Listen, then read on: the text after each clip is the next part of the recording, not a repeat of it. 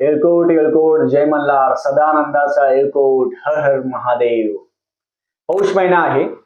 या महिन्यामध्ये कोणाचे खंडोबाचे तळी भरणं राहिला असेल तर तुम्ही कोणत्याही रविवारी तळी भरणं करू शकता। खंडोबाचा कोणाचा कुलाचार राहिला असेल तर कुलाचार तुम्ही या महिन्यामध्ये करू शकता। खंडोबा महात्मा असेल, मल्हारी महात्मा असेल, कोणाचा राहिला असेल तर तुम्ही या महिन्यामध्ये करू शकता। आपल्या जवळच्या खंडोबाच्या मंदिरामध्ये जावं, तिथं दर्शन घ्यावं। कारण पौष महिना खूप महत्वाचा आहे। आपण जसं कुलाचारामध्ये कुलदेवत आणि कुलदेवता आपण जसं देवीचं करतो तसं प्रत्येकाचा खंडोबा असतो। पण खंडोबा असेल आपल्या घरामध्ये प्रत्येकाने बघावं। आपल्या टाक असेल, देवीचा टाक असेल, खंडोबाचा टाक असेल, कोणाचा ज्योतिबाचा टाक असतो, कोणाचा खंडोबा असतो। काही काही ठिकाणी काय करतात, फक्त देवीचं करतात, खंडोबाचं करतच नाही। आपली आई आणि वडील ज्याप्रमाणे दोन असतात त्याप्रमाणे आपली देवी आणि खंडोबा असतो। म्हणून खंडोबाचे पौष महिन्यामध्ये रविवार हे खूप महत्वाचे।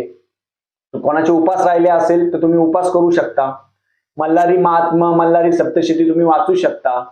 परत तळी भरणं, खूप जणांचे तळी भरणं राहिलेलं असेल कोणाचा प्रॉब्लेममुळे, सुतकमुळे, तुम्ही या पौष महिन्यामध्ये कोणत्याही रविवारी तळी भरण करू शकता।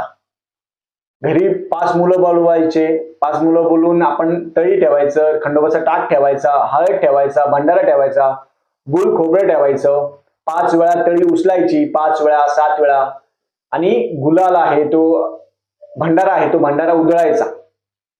आणि त्या पद्धतीने छान पैकी आपण या रविवारी खंडोबाची आपण सेवा करू शकतो। या महिन्यामध्ये जर मल्हारी सप्तशती महिलांनी पुरुषांनी वाचली चालेल का? चालेल, तुम्ही मल्हारी सप्तशती वाचू शकता। मल्हारीचं साधं सोपी आपण सेवा करू शकतो। खूप जण पुरुषांनी जर 5 रविवार, कमीत कमी 5 रविवार खंडोबाचे उपास जर केले, घरामध्ये काय होतं, मुलगा आणि वडील यांचं पटत नाही, तुम्ही खंडोबाचे उपास करायला पाहिजे। खूप जण खंडोबाचे उपास करत नाही, पण करायला पाहिजे। 5 रविवार तरी करायला पाहिजे कमीत कमी। उपास करायचा, संध्याकाळच्या वेळेस उपास सोडायचा आणि खंडोबाचा भंडारा व्हायचा, तोच भंडारा आपल्या कपाळी लावायचा आणि मल्हारी सप्तशतीचे रोज 2-2 अध्याय पण तुम्ही वाचू शकता, काही प्रॉब्लेम नाही। म्हणून पौष महिना हा खूप महत्वाचा महिना असतो, खूप चांगला महिना आहे। आपल्या जवळच्या खंडोबाच्या मंदिरामध्ये जाऊन तिथे दर्शन घ्यावं आणि त्यांचे आशीर्वाद घ्यावे।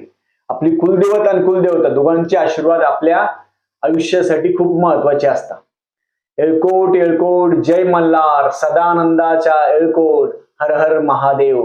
घरामध्ये तळी भरणं करणं खूप महत्वाचं आहे। आपलं घर शुद्ध होऊन जातं, हे लक्षात ठेवा। आपली हिंदू संस्कृती खूप चांगली आहे। आपण या पद्धतीने आपली सेवा आहे ती सेवा आपण करू शकतो। श्री स्वामी समर्थ।